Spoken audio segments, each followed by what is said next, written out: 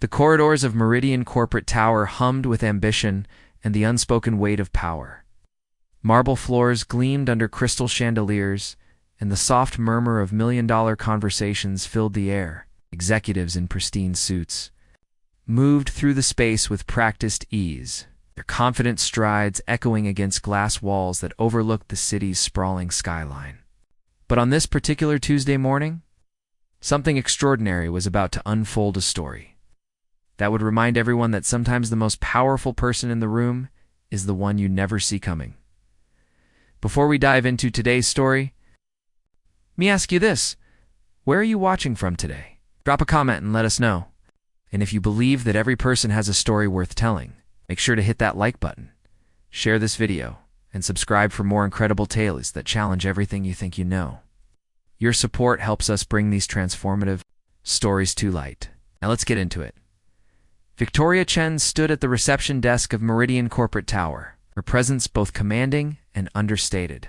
At 52, she carried herself with the quiet confidence that comes from decades of making decisions that shaped industries. Her silver-streaked hair was pulled back in an elegant bun, and her charcoal gray suit was impeccably tailored, simple, powerful, and expensive in a way that didn't need to announce itself. Victoria wasn't trying to impress anyone. She simply was impressive. The young receptionist, Sarah, looked up from her computer screen with a polite but slightly confused smile. "Good morning, ma'am. How can I help you today?" "Good morning, Sarah," Victoria replied, reading the nameplate on the desk. Her voice was warm but carried an undertone of authority that made people listen. "I'm here for the board meeting. Victoria Chen." Sarah's fingers flew across her keyboard, her brow furrowing slightly as she searched through the system. "I'm sorry, Ms. Chen, but I don't see your name on the visitor list for today's board meeting. You perhaps here for a different meeting?" Victoria smiled, a knowing look in her dark eyes. "Check under Board of Directors, Sarah, I believe. You'll find my name there." Sarah's confusion deepened as she clicked through different screens. The board meeting was the most important event of the quarter. Gathering of the company's most powerful figures to discuss a potential merger that could reshape the entire telecommunications industry. Only board members and their highest level advisors were permitted in that room. She looked at Victoria again, taking in her appearance. While the woman was certainly well-dressed and professional, she didn't fit the typical profile of Meridian's board members, a group known for their uniformity in both appearance and background. I'm not finding you in our board directory," Sarah said carefully, her voice dropping to a whisper as if discussing something sensitive. "Perhaps there's been some confusion." "I could call security to help sort this out." Victoria's expression remained patient, but there was a flicker of something steel-like in her eyes. "Before you make that call, Sarah, let me suggest you contact James Morrison's office directly. He'll confirm my attendance." James Morrison was the CEO of Meridian Corporation, a man whose name carried weight not just within the company but across the entire industry. Sarah hesitated, clearly uncertain about bothering the CEO's office over what seemed like a simple mix-up. But something in Victoria's tone, assured, completely unruffled, made her reconsider. "Of course, let me just check with Mr. Morrison's assistant," Sarah said, reaching for her phone. As Sarah made the call, Victoria moved away from the desk, allowing her gaze to wander over the impressive lobby. The marble walls were adorned with photographs chronicling Meridian's history, groundbreaking ceremonies, ribbon cuttings, and portraits of past CEOs. But what struck Victoria most was what the walls didn't show: the diversity that existed within the company. The innovations driven by people who looked like her. The quiet contributions that had built this empire as much as any of the celebrated executives whose faces dominated the display. She had been here before, of course, many times. But today felt different. Today, she wasn't just another advisor or consultant brought in to share expertise and then dismissed. Today, she was here to claim her rightful place at the tabula place she had earned through decades of brilliance, strategic thinking, and an understanding of the telecommunications industry that few could match. Victoria's reverie was interrupted by the sound of approaching footsteps. She turned to see a man in his 40s, striding across the lobby, his expensive shoes clicking against the marble with an urgency that suggested he was already late for something important. This was David Blackwood, Meridian's chief financial officer, a man known for his sharp mind and even sharper tongue. David's eyes swept over Victoria dismissively before settling on Sarah at the reception desk. "Sarah, has the board meeting started yet? I'm running behind schedule." "Actually, Mr. Blackwood," Sarah began, her voice uncertain, "there's been a bit of confusion. This lady claims to be on the board, but I can't find her in our system." Turned to look at Victoria again, this time with more attention. His gaze was calculating, taking in her appearance and clearly reaching conclusions. "I'm sorry, but who exactly are you? I know every member of this board personally, and I can assure you that you're not one of them." Victoria met his stare evenly. "Victoria Chen, and you would be David Blackwood, CFO. I've reviewed your financial projections for the Harrison Industries merger. Impressive work. Though I think your market penetration estimates for the Asian markets might be somewhat conservative." Eyebrows shot up, caught off guard by her knowledge of confidential merger details. "How do you know about the Harrison deal?" "That information is strictly confidential, limited to board members and senior executives only." As I mentioned to Sarah, Victoria replied calmly, "I am a board member." Perhaps the confusion stems from the fact that my appointment was finalized just last week. Board transitions don't always update immediately in every system. Sarah looked increasingly uncomfortable as she continued her phone conversation with Morrison's office. Victoria could hear fragments of the hushed discussion, confirmations being sought, schedules being checked, and growing confusion on both ends. David crossed his arms, his skepticism evident. "Listen, Ms. Chen. Ms. Chen, I appreciate your enthusiasm, but board appointments aren't made overnight. There's a vetting process, shareholder approval, public announcements. If someone of your background has been appointed to our board, it would have been significant news. The kind of news that doesn't go unnoticed." The words hung in the air, loaded with implication. Victoria had heard variations of this sentiment countless times throughout her career, the assumption that her presence in certain spaces must be a mistake, a diversity initiative, or anything other than what it actually was, merit earned through excellence. "My background," Victoria repeated softly, her voice maintaining its calm tone, despite the edge that had crept in. "Tell me, David, what exactly do you think you know about my background?" David realized he was treading on dangerous ground, but his irritation at the disruption to his schedule overrode his caution. "Look, I don't mean any offense, but Meridian has a very specific culture, certain ... fit. We work with the best of the best, and our board reflects that standard. If there had been a new appointment, especially one as diverse as this appears to be, there would have been discussions about cultural integration, market positioning, public relations strategies." Victoria's smile was polite, but razor-sharp. "Cultural integration? How thoughtful of you to be concerned about whether I can integrate into a culture I helped create." Before David could respond, Sarah hung up the phone, her face pale with confusion and what looked like dawning horror. "Mr. Blackwood," she said, her voice barely above a whisper, "I just spoke with Mr. Morrison's assistant."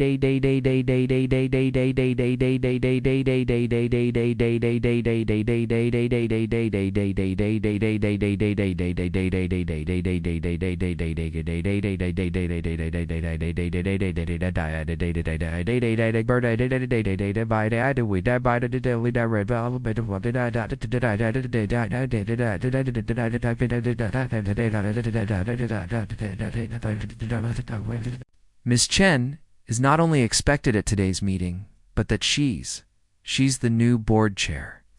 The color drained from David's face. Victoria watched with detached interest as the man who moments ago had been questioning her very right to be there. Struggled to process this information. "Board chair?" David repeated, his voice strangled. "That's impossible. Richard Hamilton has been our board chair for the past 8 years. He's not stepping down until next year." Sarah consulted her notes from the phone call. According to Mr. Morrison's office, Mr. Hamilton's resignation was announced internally last week. Ms. Chen was unanimously selected by the remaining board members to take over immediately. The public announcement is scheduled for after today's meeting. Victoria stepped forward, her movement fluid and confident. "David, I believe you mentioned being late for the board meeting. Perhaps we should head up together. I wouldn't want you to make an even worse impression than you already have." David's mouth opened and closed like a fish out of water. The man who had questioned her credentials implied she didn't belong and suggested she needed cultural integration. Now stood face to face with the realization that she was about to become his boss. "Ms. Chen," he stammered, "I had no idea. If I had known, .. If you had known what, David? Victoria's voice was silk over steel. If you had known I was board chair, you would have treated me with respect. If you had known my position, you would have listened instead of making assumptions. Tell me, what exactly would have been different?" The lobby had grown quiet around them. Other employees had begun to notice the exchange, sensing the tension even if they couldn't hear the specific words. Sarah watched with wide eyes, clearly understanding that she had just witnessed something significant. David attempted to recover, his training in corporate diplomacy kicking in despite his shock. "Of course I would have. I mean, I always treat everyone with respect. There is simply a misunderstanding about your role here." "A misunderstanding," Victoria repeated thoughtfully. "Yes, I suppose there was. Misunderstood my role, my qualifications, my right to be here, and quite possibly my willingness to tolerate condescension. But let me clear up that misunderstanding right now." She stepped closer to David, her voice dropping to a level that commanded attention without raising volume. "I am Victoria Chen. I have 30 years of experience in telecommunications strategy, having built and sold 3 companies in the sector. I hold an MBA from Wharton and a PhD in network engineering from MIT. I have served on the boards of 7 Fortune 500 companies and have been recognized by Forbes as one of the most influential people in tech for the past 5 years. The Harrison Industries merger you mentioned. It was my strategic recommendation, based on my analysis of market opportunities that others had overlooked." David's face had gone from pale to ashen. Each credential Victoria listed was another nail in the coffin. Of his assumptions, another reminder of how catastrophically he had misjudged the situation.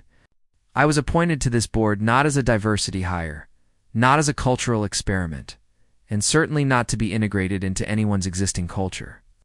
I was appointed because I am the most qualified person for the job, and my first task as board chair will be to ensure that every employee of this company understands that competence, not conformity, is what drives success here." The elevator dinged softly in the background, but no one moved. Victoria's words had created a bubble of tension that seemed to encompass the entire lobby. "Now," Victoria continued, her tone shifting back to conversational, though the underlying authority remained unmistakable. "I believe you mentioned being late for a meeting. Our meeting?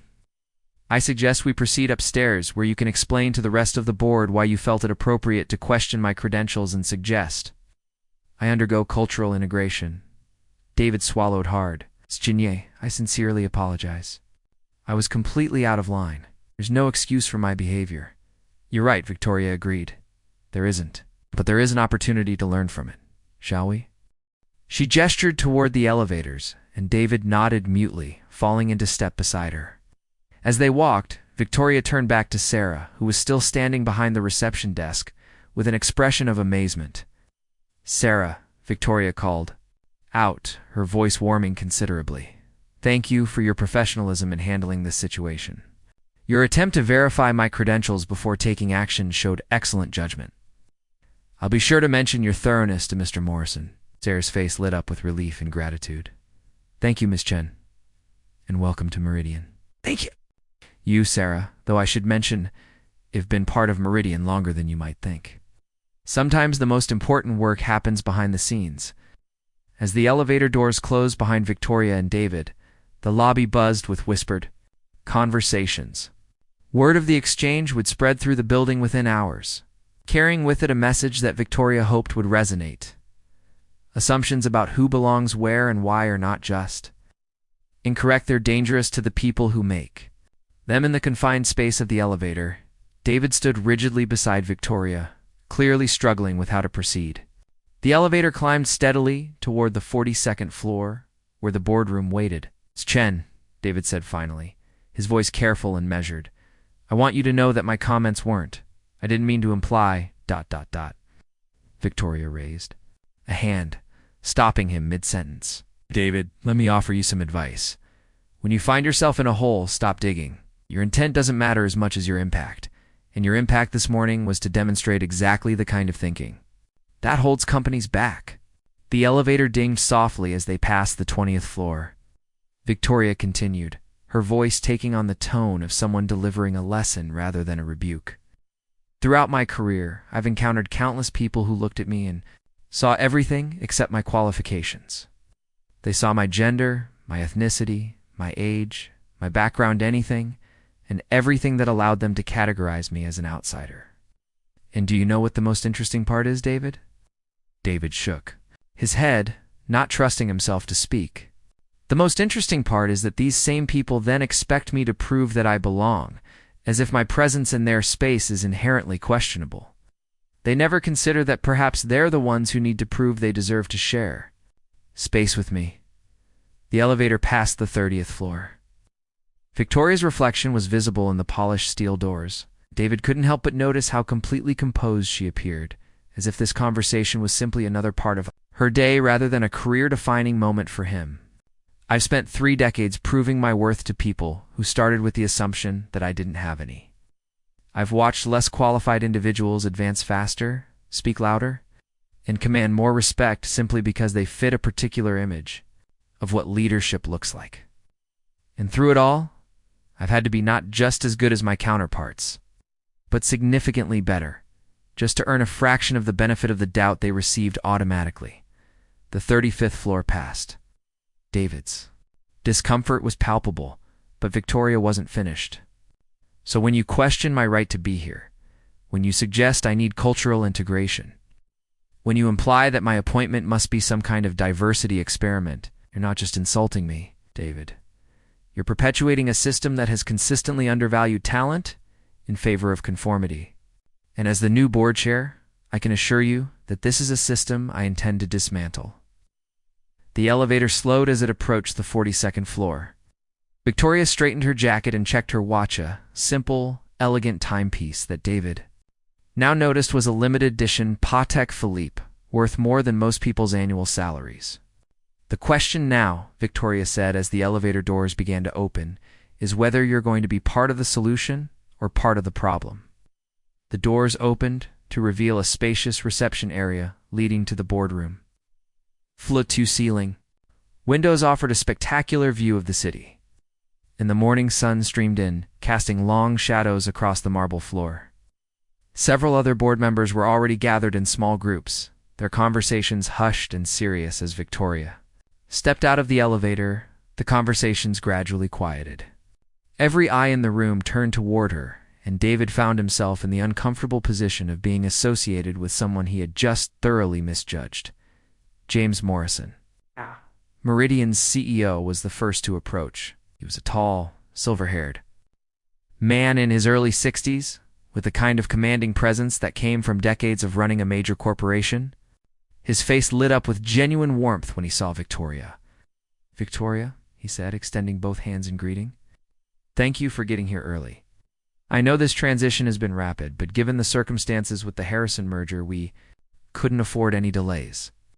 Victoria accepted his greeting with a smile that was notably warmer than the one she had shown David. "James, thank you for the opportunity. I'm looking forward to diving into the details of the merger proposal."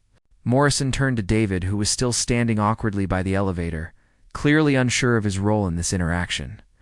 "David, I see you've met our new board chair." Victoria's strategic insights were instrumental in identifying the Harrison opportunity in the first place. David managed a weak smile. Yes, we've met.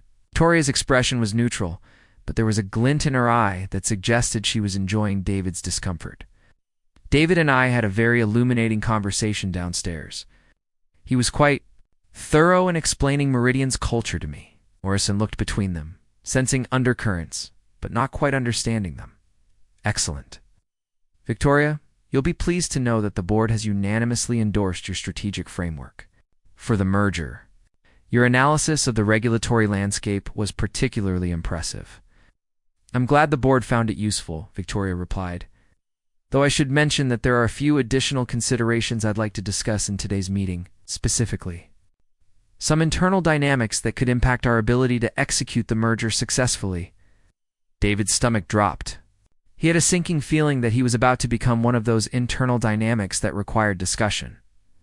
Morrison nodded approvingly. That's exactly the kind of forward thinking we need. Shall we head into the boardroom? I believe everyone else has arrived. As they walked toward the imposing double doors of the boardroom, Victoria fell into step beside Morrison, their conversation continuing in low tones about market conditions and regulatory timelines. David trailed behind, feeling increasingly isolated and uncertain about his future at the company. The boardroom was everything one would expect from a Fortune 500 company, massive mahogany tables surrounded by leather chairs with state-of-the-art audio-visual equipment and original artwork adorning the walls. 8 other board members were already seated, a collection of distinguished individuals who represented the pinnacle of corporate success. But as Victoria entered the room, David couldn't help but notice something that hadn't occurred to him before. She was the only woman in the room, and aside from one Asian American board member, the only person of color. The homogeneity that he had earlier referred to as culture was suddenly starkly visible. Morrison moved to the head of the table. He gestured for Victoria to take the chair to his right, the traditional position of the board chair. As she settled into her seat, Victoria's presence seemed to shift the entire dynamic of the room. Conversations that had been animated became more measured. Postures that had been casual became more attentive. Ladies and gentlemen, Morrison began. Though the irony of the greeting was not lost on anyone present, I'd like to formally introduce Victoria Chen as our new board chair. As you all know, Victoria brings unparalleled expertise in telecommunications strategy and has been instrumental in identifying the opportunities that led to our current merger discussions. There was polite applause around the table, but David noticed that several board members exchanged glances. He wondered if any of them had reacted to Victoria's appointment the way he had, or if his response had been uniquely inappropriate. Victoria stood, her movement fluid and confident. Thank you, James, and thank you all for your confidence in my leadership. I want to begin by acknowledging that this transition comes at a critical time for Meridian. The Harrison merger represents not just a business opportunity, but a chance to redefine what leadership looks like in our industry. She paused, her gaze moving around the table, making eye contact with each board member.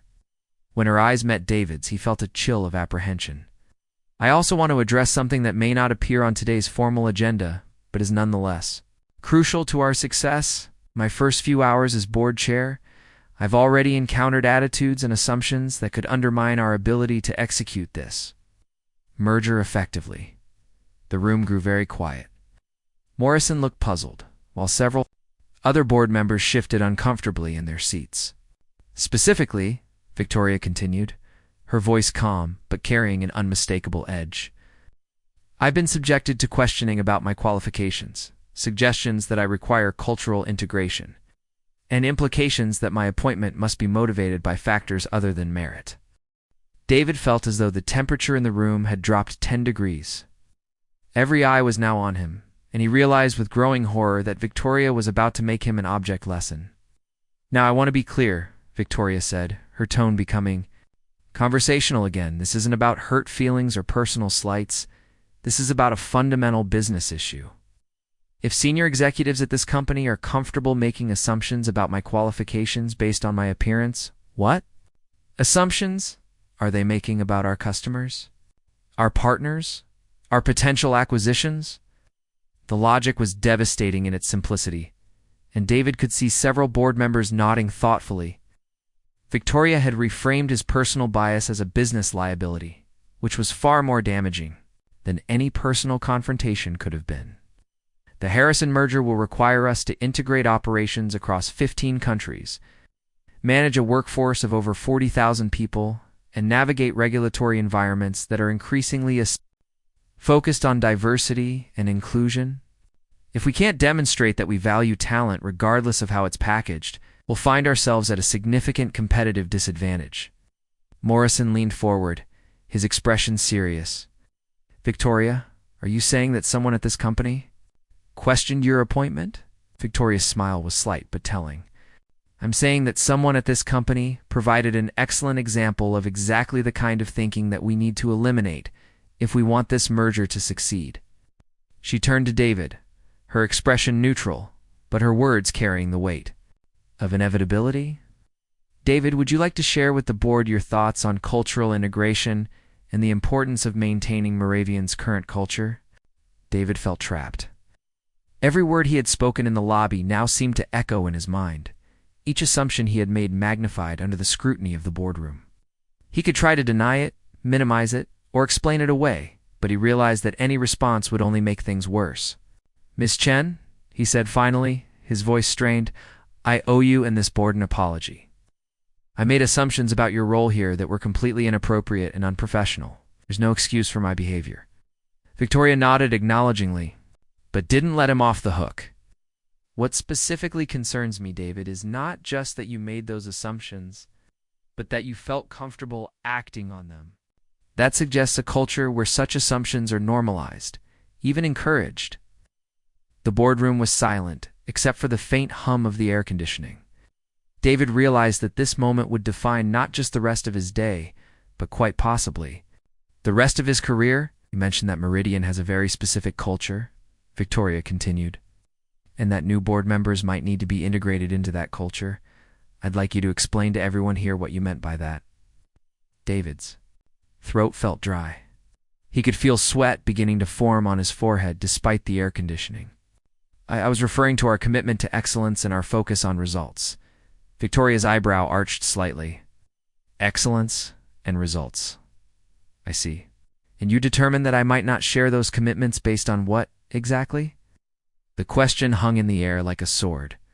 David realized that there was no good answer. Any response would reveal the biases that had driven his initial reaction.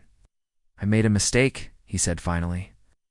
I let preconceptions cloud my judgment, and I acted inappropriately. I can only promise that it won't happen again. Victoria studied him for a moment, then turned back to the rest of the board. This brings me to my first recommendation as board chair. I propose that we implement comprehensive bias training for all senior executives, starting immediately. Not because we're trying to be politically correct, but because unconscious bias is a business liability that we can no longer afford. Morrison nodded approvingly. I think that's an excellent suggestion. David, I assume you'll be willing to participate in such training. David nodded quickly, grateful for anything that might help him salvage his position. Absolutely. I think it would be valuable for all of us. Victoria's expression softened slightly. I appreciate your acknowledgement, David, but I want to be clear about something. This isn't just about training or policies. This is about fundamentally changing how we think about leadership, talent, and value.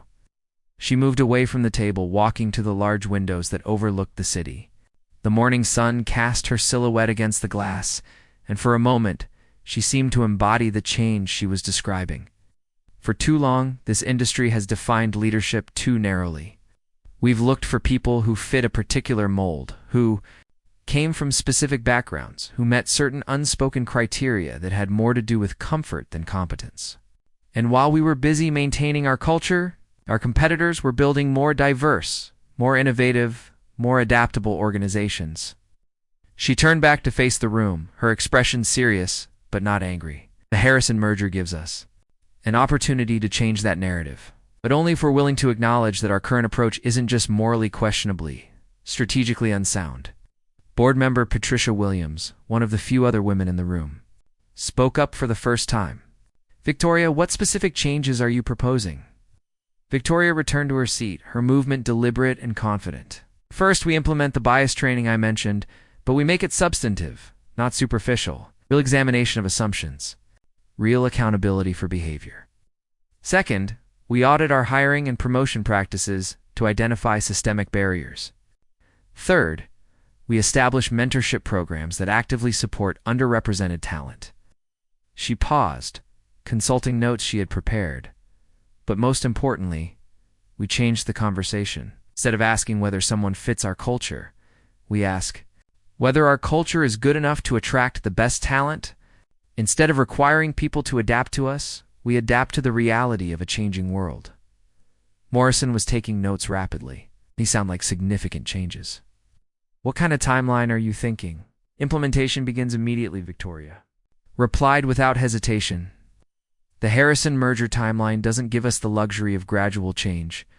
We need to demonstrate that we're serious about this transformation before we ask Harrison's stakeholders to trust us with their future. David found himself nodding along. Despite the fact that Victoria's proposals would fundamentally alter the comfortable environment he had grown accustomed to, there was something compelling about her vision, something that made him realize that his resistance wasn't just wrong, it was small. Victoria said, board member Robert Chen, no relation, how do we ensure that these changes don't create new problems? Change management in a merger environment is always challenging. Victoria smiled, and for the first time that morning, it reached her eyes. Robert, that's exactly the right question. And the answer is that we lead by example, starting right. Here, in this room, with this board, she gestured around the table, encompassing all of them in her vision. When Harrison's board looks at us, they should see a leadership team that reflects the global markets we serve. They should see people who understand that diversity isn't just about fairness, it's about effectiveness. The room fell silent as the board members absorbed the implications of what Victoria was proposing. She wasn't just talking about changing policies or implementing programs. She was talking about changing themselves. Morrison broke the silence. Victoria, I think what you're describing is exactly what this company needs. The question is, how do we get started? Victoria's smile broadened. We've already started. Today's conversation is proof that this board is willing to confront uncomfortable truths and commit to meaningful change. David's willingness to acknowledge his mistakes and commit to growth shows that even our most entrenched patterns can evolve. David felt a mixture of gratitude and apprehension. Victoria was offering him a path to redemption, but it would require genuine change, not just lip service. The eighth story, Victoria continued, using the phrase that would become her signature, is always the one that changes everything. Today, we're writing Meridian's eighth story, the one where we stop being satisfied with how things have always been done and start building the company we need to be. As the morning progressed into a detailed discussion of merger strategies and implementation timelines, David found himself viewing everything through a new lens. Victoria's presence at the head of the table wasn't just symbolic, it was transformative.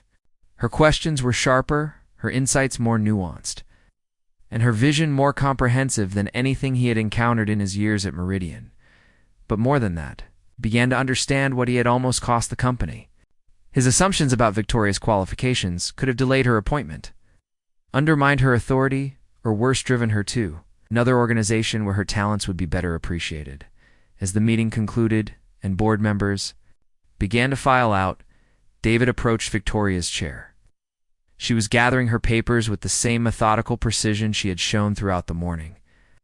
Miss Chen, he said quietly, I want you to know that I understand what happened this morning. It wasn't just about me making a mistake. It was about a system that allowed me to think that mistake was acceptable. Victoria looked up, studying his face. David, recognition is the first step. But the real test will be what you do with that recognition. Will you use it to become better, or will you use it to feel better about yourself without actually changing? The question was pointed but not unkind. David realized that Victoria was offering him exactly what she had offered the company, a chance to transform rather than just reform. I want to be better, he said simply. I want to be part of the solution you're building here. Victoria nodded, her expression warming slightly. Then let's see what you're made of, David.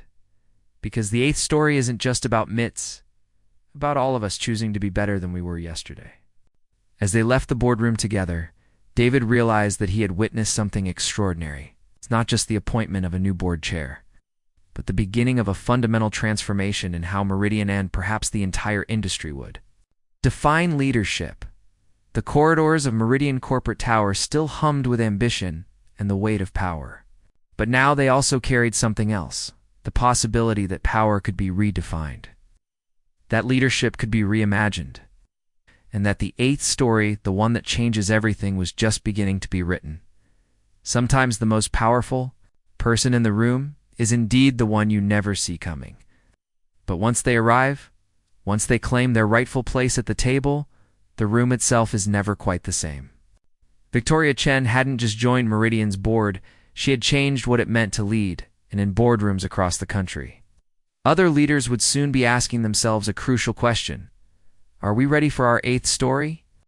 As David returned to his office later that day, he found himself looking at his workplace through different eyes. The photographs on the walls, the faces in the meetings, the voices that commanded attention, all of it seemed starkly uniform. He began to understand that what he had always thought of as excellence might have been something much smaller, comfort with the familiar. But change, he was learning, wasn't about comfort. It was about courage.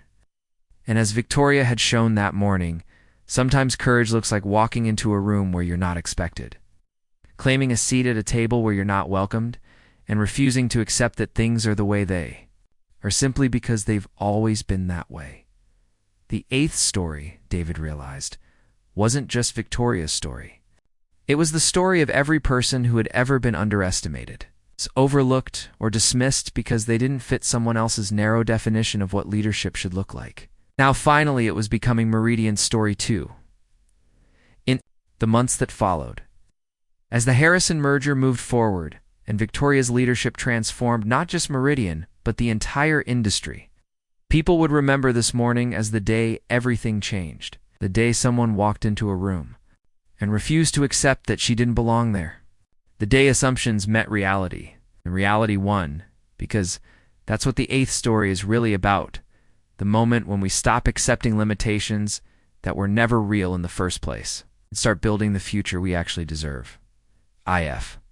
This story resonated with you if it challenged something you thought you knew or inspired you to think differently about leadership and belonging. Then we've accomplished something important here today.